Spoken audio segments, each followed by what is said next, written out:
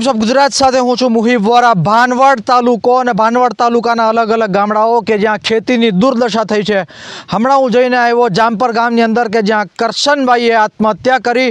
ત્યાંના સરપંચને પણ મેં વાત કરી, ત્યાંના ખેડૂતોને પણ મેં વાત કરી અને હવે હું આવ્યો છું નવા ગામની અંદર।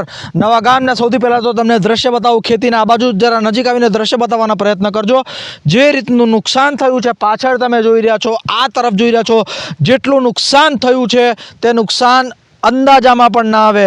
અને અહીંયા જે ખેડૂતો છે તે લોકો ત્રાહી પોકારી રહ્યા છે। આ મશીન હોતું પણ ચાલતું નથી। લોકો મારી સાથે છે, તેમની સાથે વાત કરીએ। શું નામ તમારું ભાઈ? ભીખાભાઈ। શું કહેશો ભીખાભાઈ? પૂરેપૂરી છે સાહેબ, નુકસાન પૂરેપૂરી છે। દેખો પૂરેપૂરી નુકસાન। કઈ આમાં વેચાય એમ દેવું ને ભાવ જ નથી આવે। જોવા આ દેખો, હા બતાવજો, માંડવી બતાવજો ભાઈ। આ મગફળી જો આનું શું આવે એમાં? આ 10 વીઘાની માંડવી છે, આમાં શું આમાં દવા ના પીતી શું કરે? આમાં દવા જ આમાં છે, આમાં કેટલું છે? આ બહુ નુકસાન છે। નુકસાન એટલે આમ તમે જોવો ને, તમે જોતા આપણી ભાષામાં મને મગફળી કહેવાય, એ લોકો માંડવા કહે। તો જો તમે કેટલું બધું નુકસાન છે એમના હાથમાં તમે જો આ ખેડૂતો છે એ લોકો સમજી જશે બધા। બહુ નુકસાની છે દાદા શું કહેશો? આ ખેડૂત છે, આ ખેડૂત છે ને, આ કેટલી આમાં મહેનત કરીને કરે છે। આ એ પ્રમાણે આમાં પેદાઈ તો થતી નથી। અને આ બધા આવે છે, આ બધા પાકિસ્તાનથી વાંચીને બધા આ વડાપ્રધાન એ શું કરીને જે કઈ દેતા નથી સહાય। કોઈ સહાય તો દેવી જોઈએ ને। કોઈ સહાય દેતા નથી, કોઈ સહાય નથી દેતા। પૂછવા આવે છે કોઈ નેતા? પૂછવા તમે આવ્યા? કોઈ આવ્યું નથી, કોઈ પૂછવા નથી, કોઈ નથી આવ્યું। તમે એના આવ્યા, કોઈ આવ્યું નથી। આમાં હત્યા ના કરે તો કરે શું ખેડૂત? દવા જ પીએ સાહેબ, બધાય દવા જ પીએ। હવે આમાં અમારે મરી જવાનું થાય, આમાં કઈ છે જ નહીં। આમાં શું કરવું? 2 લાખનો ડૂસો બગડી ગયો, 12 વીઘાની માંડવી, શું અમારે કરવું? નામ શું દાદા? નામ આલાભાઈ સોમાભાઈ કટારિયા, નવા ગામ। શું કહેશો દાદા? વર્ષે આ પરિસ્થિતિ વર્ષે 2 વર્ષ છે ચાલુ જ। 2 વર્ષ થોડા ઘણું હું આમાં મરવું, અમારે આમાં હું આમાં લઈ લેવા મજૂરી, હું મજૂરી દેવી। આ જે નેતાઓ આવે છે દાદા કશું આપીને કોઈ નેતા ખાલી વાતો કરીને વયા જાય બધાય। કોઈ વાતો કરીને? હા, કેટલી ઉંમર થઈ તમારી? અમારી ઉંમર 60-70 વર્ષ। આ નવા ગામમાં લગભગ બધા ખેડૂતો જ હશે? બધાય દશા છે। માંડવી છે બધાને, પતી જ ગયું બધાયનું, હાવ કઈ નંબરે બધાનું હવે હા હા પતી જ ગયું। હવે વરદી કેવી રીતે નીકળશે? વરદી કેવી જ નહીં, ગમે એમ કઈ ગમે આ કરવું જોઈએ ને, ગમે એમ ગાડામાં નીકળવાનું નથી કઈ, આમાં કઈ નથી। કોઈ આ ઢોર ડૂસો પૂરું થઈ ગયું, માંડવી ગાડી પડી ગઈ, કઈ ભાવ નહીં આવે। તમારું શું નામ ભાઈ? અનવરભાઈ। અનવરભાઈ, તમે આ મશીન હાકો છો ને? તો શું છે, શું પરિસ્થિતિ છે? પરિસ્થિતિ ક્યાં, મશીન નથી હાલતા આમાં। મશીન નથી હાલતા? હા, માંડવી પલળી ગઈ, મશીન નથી હાલતા। દાદા ખેતી કરે છે બતાવજો, દ્રશ્ય નજીક આવજો, થોડાક નજીક આવજો, ઢોર જોજે, નજીક આવીને બતાવવાનો પ્રયત્ન કરજો થોડાક। લોટ થઈ ગયો, ઓલા ખિસકોલા માળા કરે એવું થઈ ગયું। હવે ડૂસો શું કામ નું ખાય? ઢોર ખાવાનું રહ્યું, બાકી કશું જ નહીં। ઢોર ખાવાનું ક્યાં ના રહ્યું? એ બી ના રહ્યું? આ ઢોર ખાવાનું છે, આ બધું ખાય ઢોર હડી ગયું, હડી ગયું। હા, હવે કશું ખિસકોલા ખાય આવીને? ખિસકોલા ખાઈને મારા બનાવે, બીજું કઈ ના થાય। તો દાદા વારંવાર આ પરિસ્થિતિ સર્જાય છે તો પછી છે કોઈ દી કઈ મળ્યું જ નથી, શું કરે? કોઈ દી કાંઈ નથી મળ્યું? ના અરે ના, ખાલી વાતો કઈ વયા જાય। છેવાડાના ગામડાઓની બિલકુલ મરો? આ શેવાલાનું ગામડું છે આ। બિલકુલ છેવાડાના ગામડાઓની મરો। આ તમારા મુડીભાઈ બેરા ધારાસભ્ય કોઈ દી આવ્યા? ના અરે નહીં, શૂટિંગ ગયા પાછા આવ્યા જ નથી। ચૂંટણી ગયા પાછા આવ્યા જ નથી? ચૂંટણી ટાણે આવ્યા હતા? હા, ચૂંટણી ટાણે આવ્યા છે? ત્યાં તો આવ્યા હતા, મને દિયો જલ્દી દિયો, મને મોર કરો વોટ કર્યું। પૂનમબેને એમ કર્યું, પૂનમબેને એમ કર્યું, તો એ આવ્યા જ નથી 5 વર્ષની અંદર। 5 વર્ષની અંદર પૂનમબેન મેડમ દેખાણા જ નથી કા? તો હવે આનો ઉપાય શું છે દાદા? ઉપાય હું આને સહાય આપો કઈક અમને, કઈક વીઘાની છે સહાય આપો, બીજું શું કરવાનું? ધિરાણ માફ કરે તો કઈક થાય? ધિરાણ તો માફ કરવું જ પડે। ધિરાણ માફ કરે તો થાય, ધિરાણ માફ કરે તો થાય। હા હા। આ ભાઈ પણ છે અહીંયા, એ ભાઈ નો જાય બાજુમાં છે હળદ, એને હળદ। તમારું શું નામ? દિનેશભાઈ શું કહેશો? દિનેશભાઈ શું પરિસ્થિતિ છે? પરિસ્થિતિ હું આમાં ખેડૂતને મરવાના દ્વારા છે, ખેતરો ખાલી કરવા માથે પડે એવું છે અત્યારે। મજૂરી નહીં નથી શું થાય। કહેશો બેન, શું નામ તમારું? મજૂરી નહીં એમાં નથી થાય। મારના મારતી બેન દિનેશભાઈ સોલંકી। ક્યાં ગામના છો બેન? અમે છે ધોરાજીને, પણ અહીંયા ભાગ્યું વાવી, એમાં ભાગ્યમાં કઈ વળતર તો મળવી જોઈએ ને। ખેડૂને તો હજી મળે, ભાગ્યવાળા મરે રહેવાના હે આમાં તો કોઈ જાતનું વળતર, કોઈ જાતનું કઈ નથી અત્યારે। મજૂરી નહીં માથે પડે એમ હે, કઈ નથી આવ્યું, પૂછવાય નથી આવ્યું કોઈ।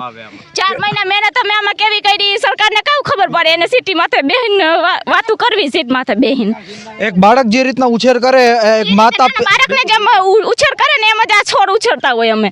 4 મહિના રાત દી તડકા નથી જોતા, વરસાદ નથી જોતા, રાત દી મહેનત કરતા હોય। અત્યારે અમારા હાથમાં અમારા મોઢે આવેલો કોરિયો છીનવાઈ ગયો।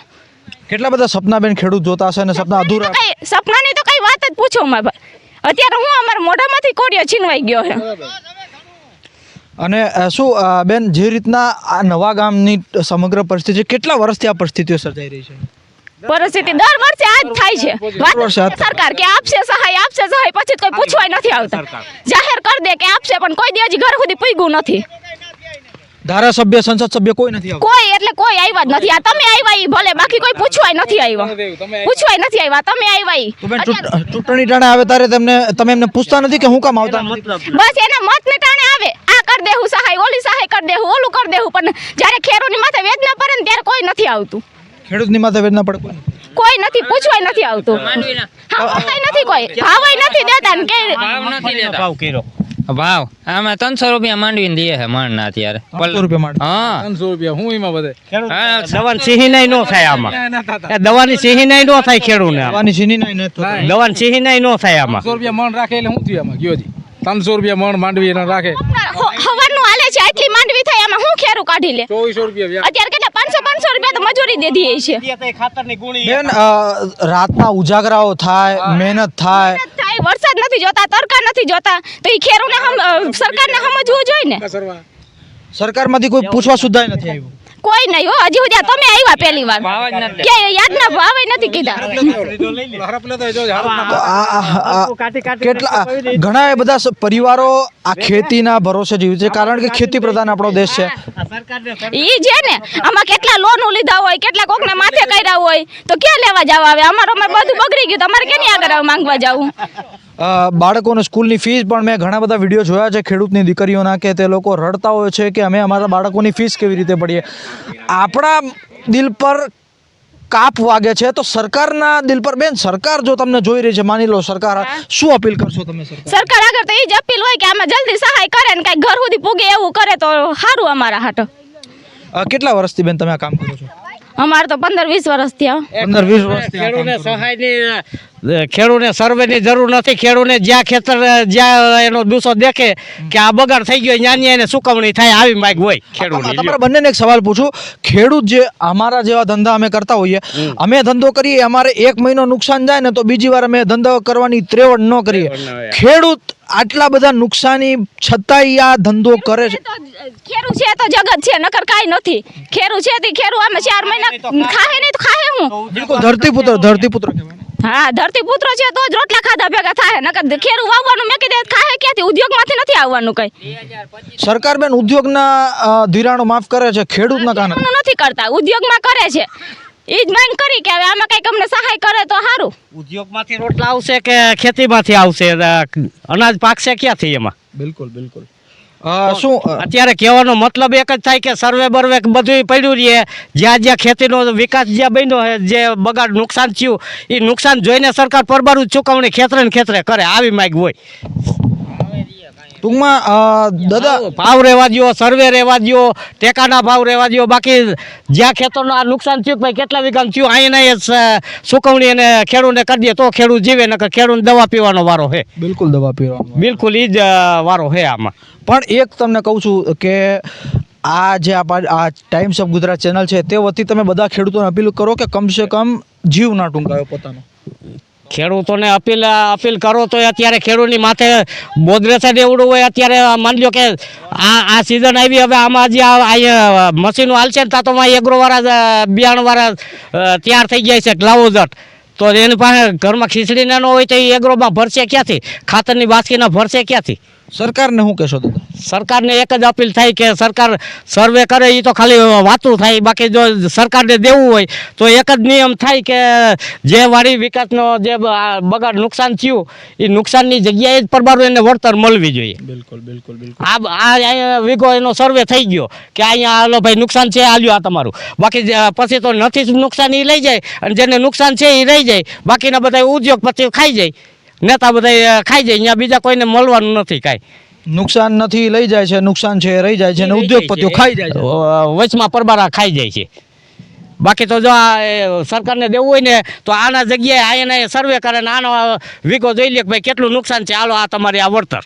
બિલકુલ અહીંયા વળતર મળવી જોઈએ ખેડૂતને, તો ખેડૂતને એમ થાય કે ના સરકારે આપણી માથે કાંઈક ન્યાય કર્યો. કેટલી ઉંમર તમારી? મારી ઉંમર 38. 38 વર્ષ એટલે હજુ તો જુવાન જ છો. હા, કેવી રીતે મનને મજબૂત રાખો છો? મનને મજબૂત તો હવે આમાં કેવી રીતે રાખવું? આમાં કઈ બોલવાની જગ્યા પણ ન હોય. અત્યારે માણાના ઘરે ઘરે જોવો તો અટાણે 2 ટકના ચૂલા બંધ થઈ ગયા, એવી હાલત થઈ ગઈ. મજૂર હું કે ખેડૂ હું. પેલા બેને જે રીતે કીધું મોઢેથી કોડિયો છીનવાઈ ગયો. આ મોઢેથી કોરિયા સીધમાં જ ગયો ને, આમાં હું કાઢી લે. હું આમાં કાઢી લેવું ખેતર ખાલી કરવું એટલે કરવું પડે. હાલ રાખવા માથે પડે એમ છે.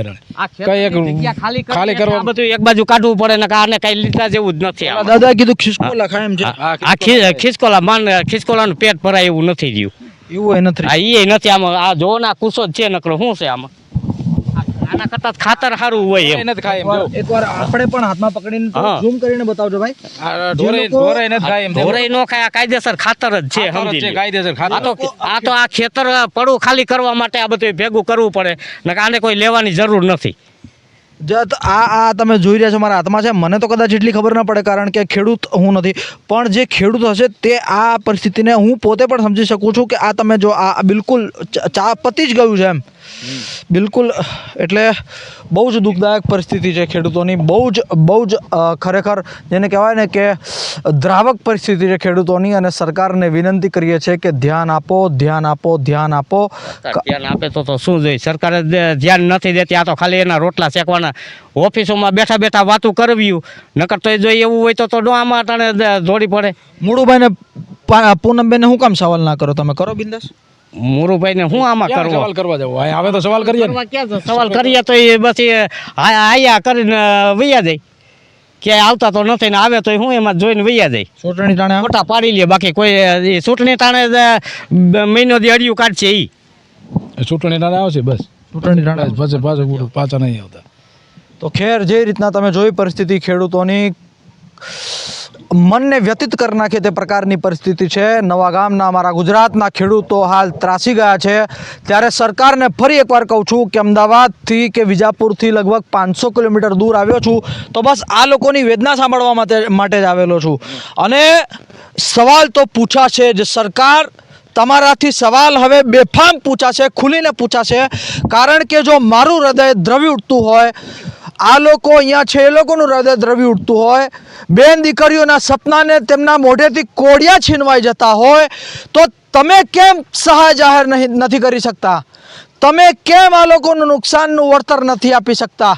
આ તમામ સવાલોથી છોડતો જાઉં છું. હજુ પણ જામપરથી નવા ગામ છું, વચ્ચે જેટલા પણ ગામ આવશે બધા જ ખેડૂતોની વેદના તમને સંભળાવીશ. તમામ ખેડૂતોની વેદના તમને સંભળાવીશ અને તમને સાંભળવી જ પડશે. At any cost you have to listen now. કારણ કે હવે it's high time. You have to listen. સાંભળવું પડશે. કાન ખોલીને સાંભળી લેજો કે હવે સાંભળવું પડશે, નહીં તો હવે છૂટકો નથી. મળું કોઈક નવા ગામમાં નવા ખેડૂતો સાથે. ત્યાં સુધી મને ને મારા સાથીને રજા આપશો. Thank you so much.